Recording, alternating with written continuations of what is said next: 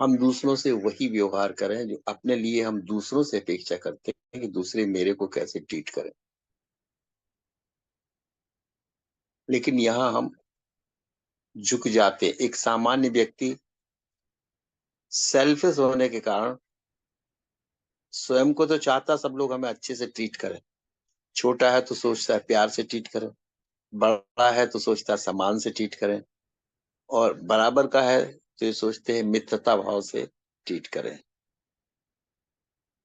लेकिन क्या हम ऐसे ही दूसरों को ट्रीट करते हैं? छोटों को प्यार, बड़ों को सम्मान और सम उम्र वालों को फ्रेंडली अप्रोच या फ्रेंडली रिलेशनशिप से नहीं करते। हमारी व्यवहारिकता में फर्क है। दूसरों को ब्लेम कर देते हैं, उसका व्यवहार सही नहीं है, उसने मेरा अपमान किया। हम ये सब करते हैं जो दूसरों से अपेक्षा करते हैं वो मेरे साथ ना करें, लेकिन हम करते हैं।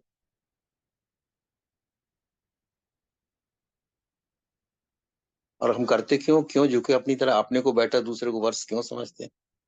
अपने को श्रेष्ठ और दूसरे को हीन क्यों समझते हैं? उसका कारण है सेल्फिशनेस। जितनी ही ज्यादा सेल्फिशनेस हमारे स्वभाव में होगी, तुम बड़े तो हो जाओगे, श्रेष्ठ भी हो जाओगे और सफल भी हो सकते हो, लेकिन व्यवहारिक विषमता रहेगी तुमने।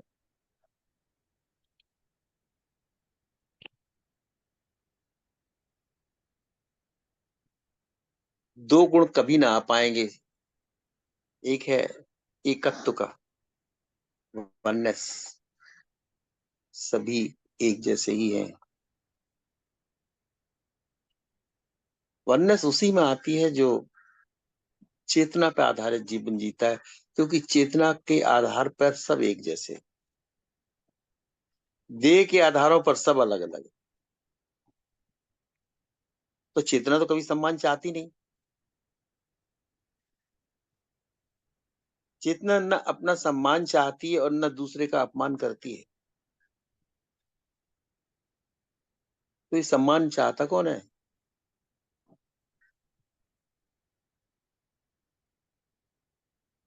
मैं, सेल्फिशनेस, स्वार्थपरता, आकार।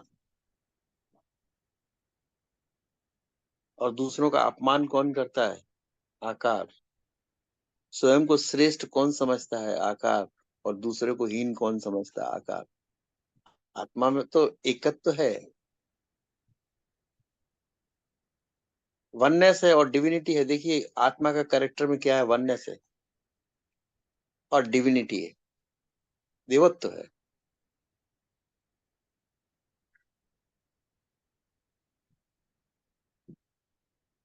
और उसी स्वभाव के कारण इंसान दयालु होता है, दूसरे पर दया खाता है, प्यार करता है, डिविनिटी के कारण।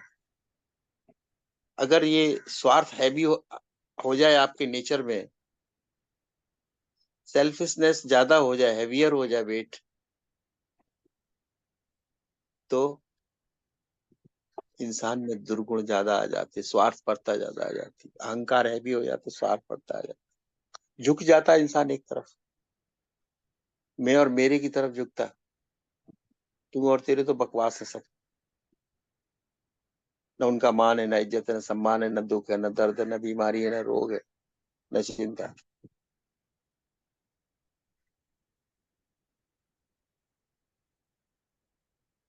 तो जो प्रैक्टिकल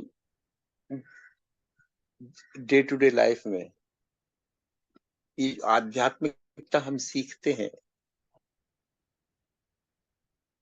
उसकी उपयोगिता कितनी ज्यादा है।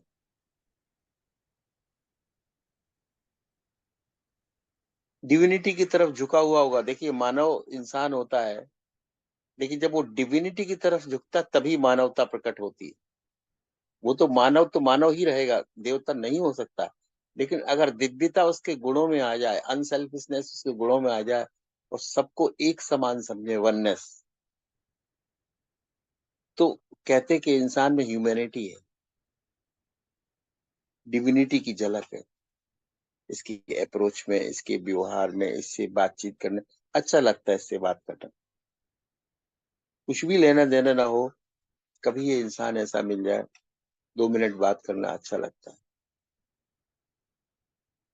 और वहीं पर जो अहंकार से लोडेड व्यक्ति होगा, है तो वो भी ह्यूमन, लेकिन वो पशुता की तरफ झुका हुआ होगा, स्वार्थपरता की तरफ झुका हुआ।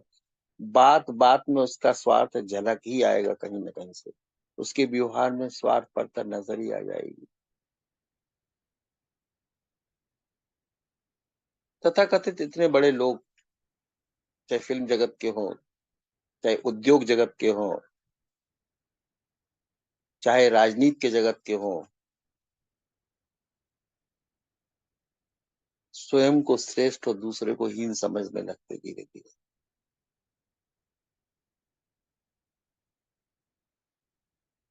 वो भी कोस व्यवहार किससे करे? बराबरी वाले से, जो हमसे छोटा क्या व्यवहार रखे। छोटे-बड़े का डिवीज़न बहुत ज़्यादा है। श्रेष्ठता-हीनता का डिवीज़न उनके मन में बहुत ज़्यादा है। उनके व्यवहार में झलकता है, उनकी भाषा में झलकता है। पॉलिटिशियन तो मैनिपुलेट कर लेता है अपनी भाषा को, क्यों अंदर से कुछ और होता है, लेकिन बाहर से वो चालाकी के साथ मैनिपुलेट कर लेता व्यवहार। तो अहंकार से भरा हुआ व्यक्ति मैनिपुलेटिव होगा वो।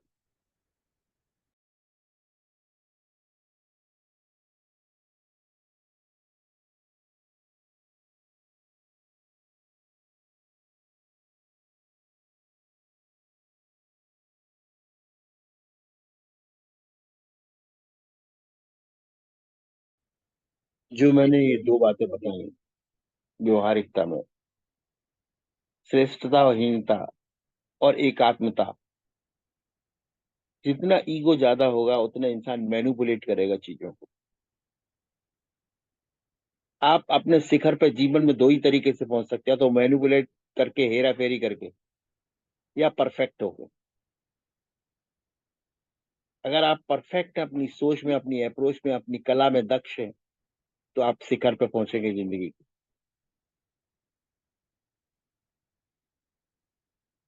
और राजनीतिक मैनिपुलेट करके शिखर पे पहुँचता है।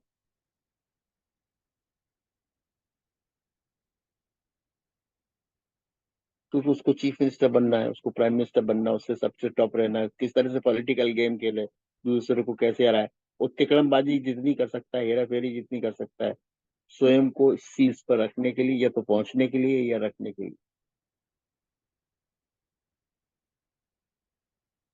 तो स्वार्थ पर आधारित जीवन इसी तरह का होता है, और निस्वार्थ जीवन होता है जिसमें डिविनिटी होती है, जो आत्मा के आधार पे जीवन जीता है। दया भी उसी में है, शांति भी उसी में है, क्षमा भी उसी। आप बाहर से सिखाते ना, दया होना चाहिए, शांति होनी चाहिए, क्षमा होना चाहिए, दान देने की चाह होनी चाहिए, दूसरों को हेल्प करने की चाह होनी चाहिए, फ्रेंडली अप्रोच होनी चाहिए, फ्रेंडली बिहेवियर होना चाहिए। ये सब चीज़ें जो बाहर सिखाई जाती है ना, ये आध्यात्मिकता का रिफ्लेक्शन है।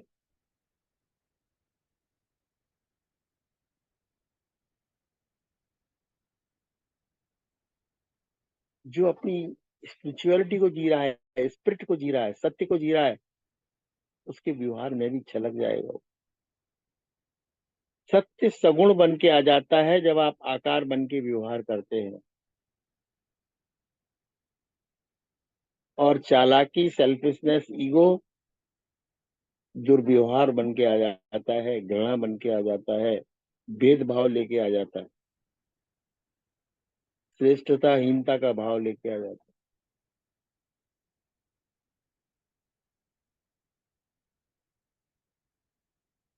स्पिरिचुअलिटी, आध्यात्मिकता सीखने वाला व्यक्ति, सुनने वाला व्यक्ति, आध्यात्मिकता में रमण करने वाला व्यक्ति कभी भी दुर्व्यवहार कर नहीं सकता, जब तक वो अंदर से फिर स्विच ओवर होके ईगो न बन जाए। क्रोध कर नहीं सकता, धोखा दे नहीं सकता। अगर आप इगोइक वे में नहीं आए तो आप ऐसा नहीं कर सकते। इगो सारे दुर्गुण तभी प्रकट होते हैं या दुर्व्यवहार तभी प्रकट होता है आपके दैनिक जीवन में जब आप अहंकार की तरफ झुक जाते हैं। जितनी जितनी देर जब जब हम अहंकार की तरफ झुके होंगे तब तक हमारा व्यवहार की जो क्वालिटी है वो पुअर रहने वाली, पशुता की तरफ रहने वाली, स्वार्थपूर्ण रहने वाली है और श्रेष्ठता हीनता की भावना से भरी हुई रहेगी। एकात्मता नहीं आएगी क्योंकि इंटेलिजेंटली और फिजिकल लेवल पे इंसान दूसरों को हीन समझता है। जो आत्मा के लेवल पे जीता है वो सबको समान समझता है।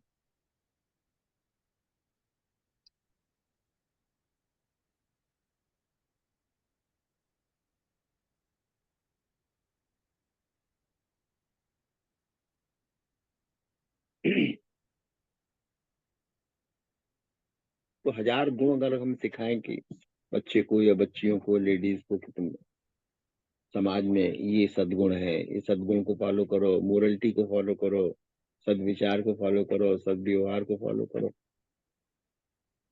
ये सब उसी एक से इमिनेट होता है कि अगर आप में आध्यात्मिकता है तो दैनिक जीवन में आपका व्यवहार ऐसा रहेगी, सदा हुआ रहेगा,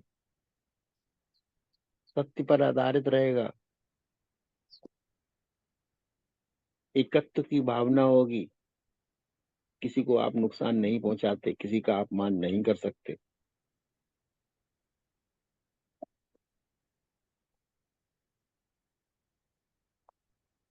ये हम प्रैक्टिकली दैनिक जीवन में, व्यवहारिक जीवन में आध्यात्मिकता का असर बताते हैं। The more divinity you, the more spirituality you practice, आपका व्यवहार में झलकेगा। It will reflect in your behaviour. और जब जब आपके व्यवहार में दया झलकती है, करुणा झलकती है, प्रेम झलकता है, सहयोग की भावना झलकती है, फ्रेंडली अप्रोच, फ्रेंडली एटीट्यूड, ये सारी उसी की देन है। It's the gift of spirituality.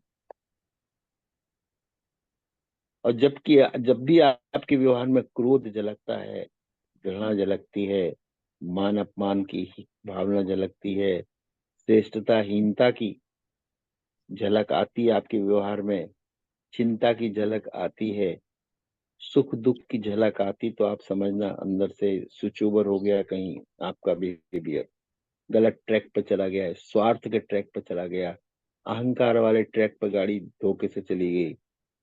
फिर से अपने आध्यात्मिक ट्रैक पर लेके आओ। आपके अनजाने में लूप चेंज हो गया और उसका और गलत रास्ते पर चल दी वो।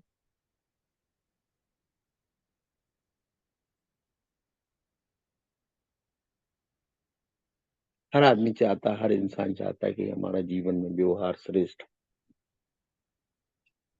और इसी की वो अपेक्षा करता है, दूसरों से भी एक्सपेक्टेशन रखता है कि डिसेंसी चाहिए जीवन में, डिसेंट अप्रोच हो दूसरों की मेरे मेरे प्रति। दूसरों से आप अगर डिसेंसी एक्सपेक्ट करते हैं तो क्या आप डिसेंसी प्रैक्टिस कर रहे हैं अपने दैनिक व्यवहार में?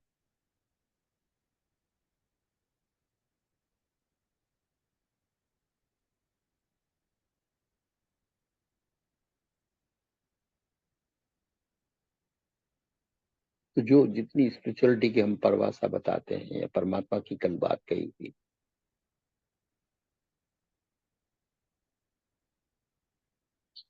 सत्यम ज्ञानम अनंतम ब्रह्म, और यहाँ ज्ञान का अर्थ नॉलेज नहीं, अवेयरनेस है। जिसको सत्य की अवेयरनेस है, ट्रुथ की अवेयरनेस है, आत्मा की अवेयरनेस है, परमात्मा की अवेयरनेस है,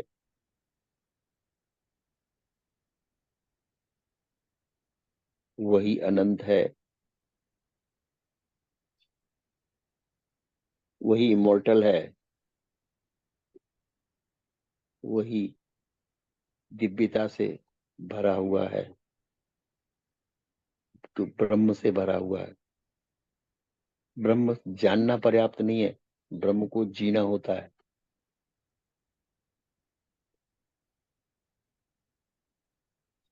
इनलाइटनमेंट होना पर्याप्त नहीं है, इनलाइटनमेंट को व्यवहारिक जीवन में उतारना पड़ता है। इसीलिए मैं कहता हूँ, भागो मत भोगो मत, जागो जानो और जियो। जियो पार्ट जरा समझना। जागो, जागना, अवेयरनेस में आना, जानना, अंडरस्टैंडिंग, बोध, और जीना। जागना, जानना, जीना बहुत इंपॉर्टेंट इससे सूत्र के। You have to live it, you have to apply in practical life, day to day life.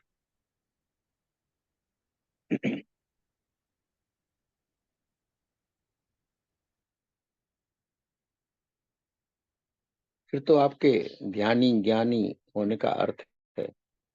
Meditation practice करते हैं आप, प्रैक्टिकल यूटिलिटी नहीं है तो मेडिटेशन एकाग्रता हो जाती, कंसंट्रेशन बन जाती, स्वार्थपरता में बदल जाता है। कहते हैं इंसान का बिहेवियर ह्यूमन बीच में है, जब नीचे आ जाता है तो पशुता में आ जाता है, एनिमल टाइप आ जाता है, और ऊपर उठता तो दिव्यता हो जाती है, इसमें डिविनिटी आ जाती है, ग्रेस आ जाती है, इसके व्यवहार में ग्रेस छलकती है, मैच्योरिटी छलकती है, परिपक्वता, एकात्मता, दयालुता, करुणा, ये नेचुरलनेस है उसमें, दिखाने के लिए नहीं।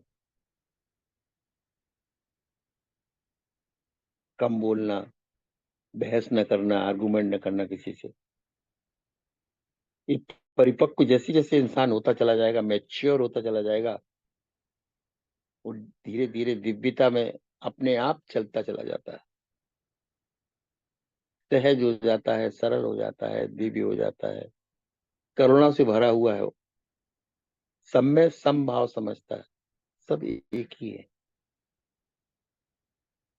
कोई दूसरा है नहीं। दूसरे का भाव उसी में उत्पन्न होता है जिसको मैं बहुत ज्यादा है, सेल्फिशनेस बहुत ज्यादा है, ईगो बहुत ज्यादा है, श्रेष्ठता का भाव, वो दूसरे को हीन समझता, वो बस वो डिवाइड कर देता पूरी दुनिया को, मैं और सारा संसार, मैं और वो, मैं और तुम।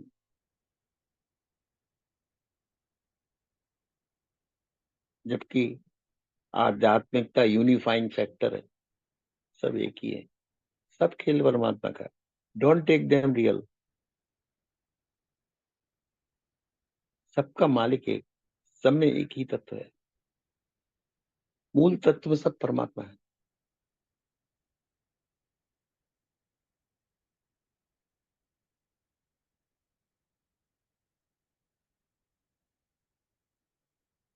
तो वो अपने अंदर रियलिटी को जीता है, अवेयरनेस को जीता है, जीवन की सच्चाई को जीता है, सच्चाई जो जन्म के पार जाती है, मृत्यु के बाद भी जाती, जन्म से पहले होती है, जीवन में होती है, मृत्यु के पार जाती, वो कंटिन्यूटी है उसी की, रियलिटी की।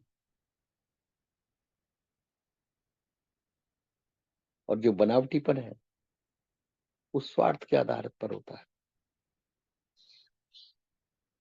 बनावटीपन अपने को श्रेष्ठ समझना, अपने को श्रेष्ठ जानना, और अपने को श्रेष्ठ दिखाना दूसरे।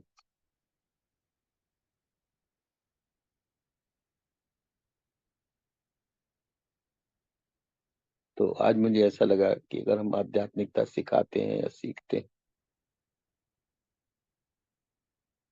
और खासकर संसारी के लिए, गृहस्थ के लिए, कि व्यवहारिक जीवन में इसकी उपयोगिता क्या है, यूटिलिटी वैल्यू क्या है। अंतर में अगर हम ध्यान साध रहे हैं, पीस को, शांति को साध रहे हैं, सत्य को साध रहे हैं, तो फिर बाहर दैनिक जीवन में ये रिफ्लेक्ट होना चाहिए, हमारे व्यवहार में आना चाहिए।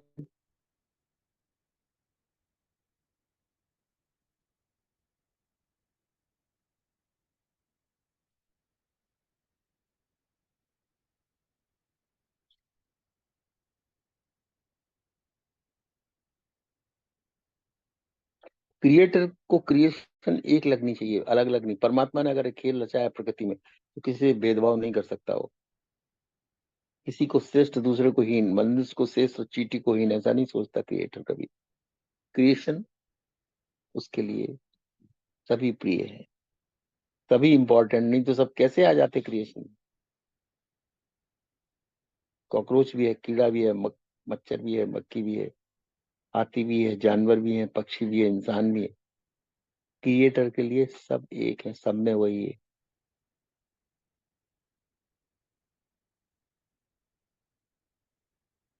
अनेकता में एकता है।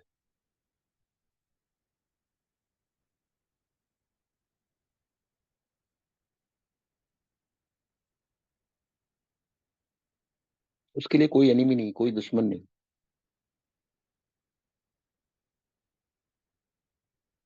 कोई किसी से ईर्ष्या नहीं, किसी से जलन नहीं, कोई घृणा का पात्र नहीं।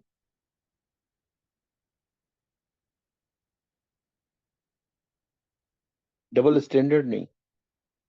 स्वयं के प्रति और चाहना, दूसरे के प्रति कुछ और करना,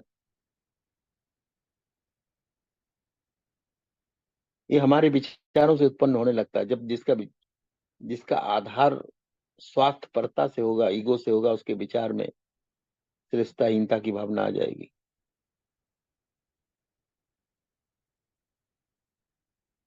सफल असफल की भावना आ जाएगी। मैं इतना सफल, फलाना इतना सफल, क्या उससे बात करें, क्या उसके साथ बैठे। वो इस आधार पर डिवीजन करता है। वो धनी, वो निर्धन, धनी निर्धन के पास क्यों बैठे। निर्धन आ भी जाए धनी के पास, सोचता है धन मांगेगा, जाने दो, लेट गो कर।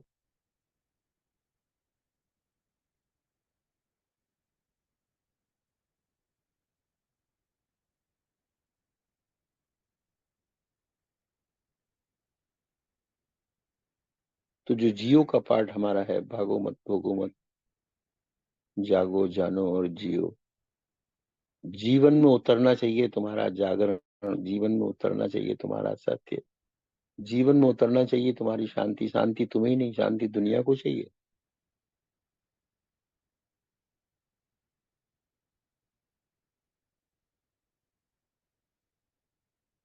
आनंद सबको चाहिए, सुख सबको चाहिए, शांति सबको चाहिए, सेटिस्फेक्शन सबको चाहिए।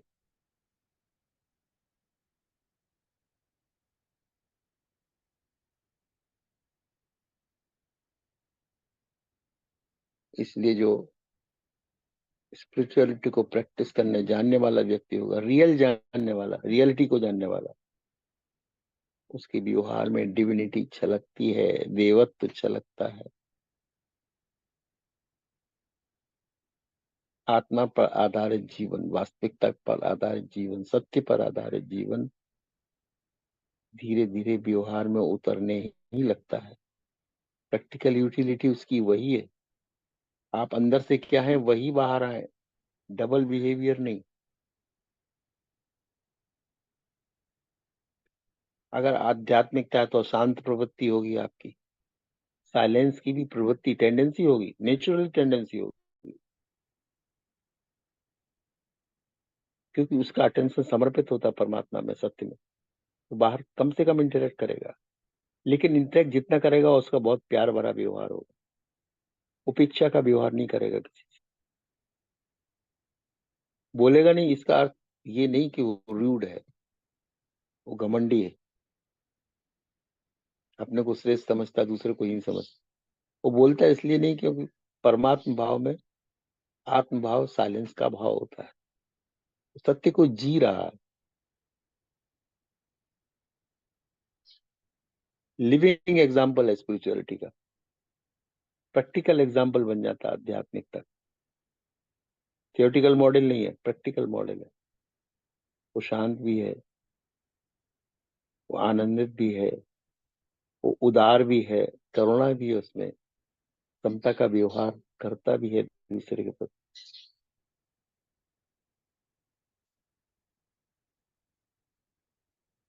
और वो दिखता है उसके चेहरे पे, बुद्ध के चेहरे पे उनका बुद्धत्व तो दिखता है। रियलिटी में दिखता है नहीं दिखता पता नहीं, किसी ने देखा नहीं, लेकिन हर स्टैचू में दिखेगा वो, हर मूर्ति में बुद्धत्व दिखता है।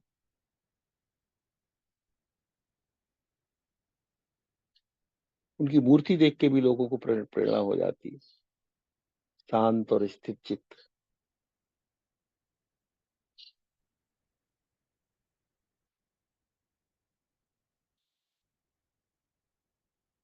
बुद्ध की अगर मूर्ति आपके घर में है, तो पूजा के लिए नहीं है, वो ध्यान का उद्देश्य हो सकता है, क्योंकि दिखने में भी वो बिल्कुल वैसी लगेगी, शांत, अंतर्मुखी, गहरे, डीप, मैच्योर, परफेक्ट पर्सन की मूर्ति दिखती है।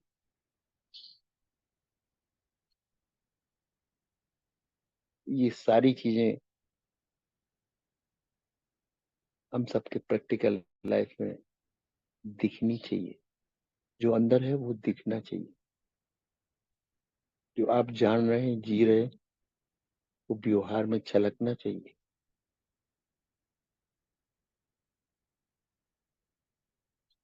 याद करना इनफ नहीं है।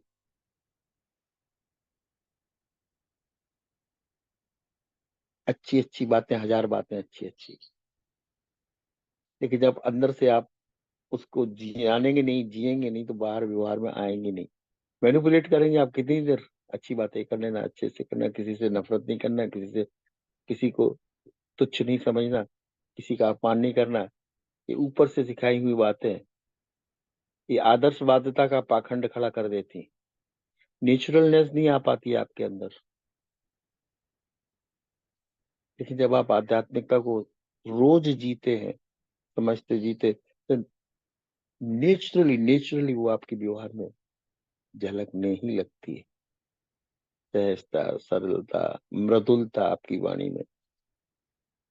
कम बोलेंगे, लेकिन जितना भी बोलेंगे वो कटु नहीं होगा कभी भी, हमेशा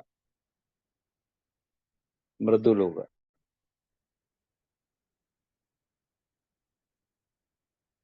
आपके चेहरे पे दो ही भाव प्रकट होते हैं, या तो आप शांत डीप पीस होगी, या हल्की सी मुस्कुराहट होगी।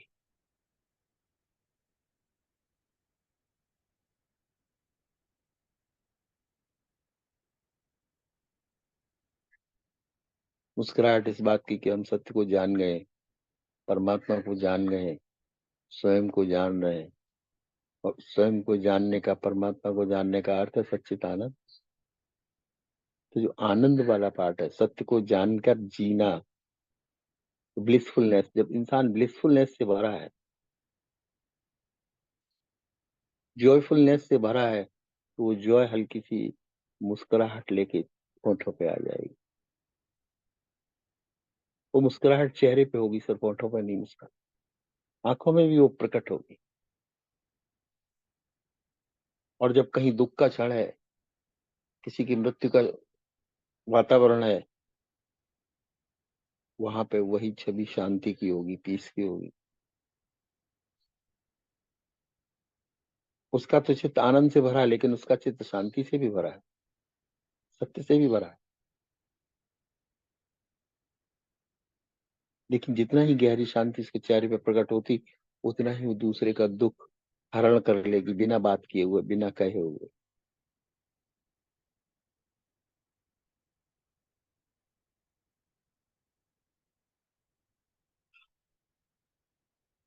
सबको शांत चेहरे वाला व्यक्ति पसंद है, अशांत वाला व्यक्ति किसी को पसंद नहीं। बेचैन व्यक्ति किसी को पसंद नहीं। जो चैन से है, स्टिलनेस में है, सदा हुआ है, ऐसा व्यक्ति सबको अच्छा लगता है।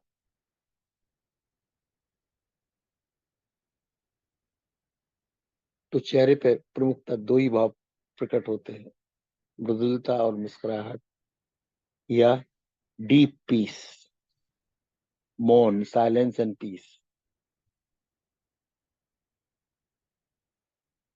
किसी के दुख में आप गए हैं उसे समझाने या कहने, तो शब्द तो कम से कम शब्दों का सहारा लें, ज्यादा से ज्यादा आप मौन का सहारा लें,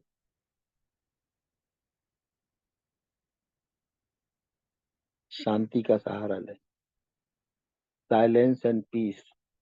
और आध्यात्मिकता को प्रैक्टिस करते हुए प्रैक्टिकल पर्सन की तरह बैठे उसके पास।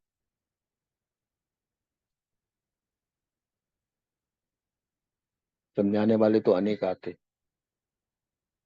लेकिन समझाने का सर्टिफिकेट उन्हीं के पास है जो खुद समझे हुए, सुलझे हुए, जो खुद वैसा ही व्यवहार करते हैं, खुद वैसे ही बेचैन रहते हैं, वो दूसरों को क्या समझाएंगे?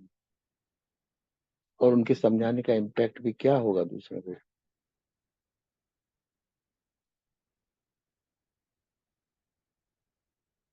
एकदम सहज, सरल, मधुर, मृदुल, शांत,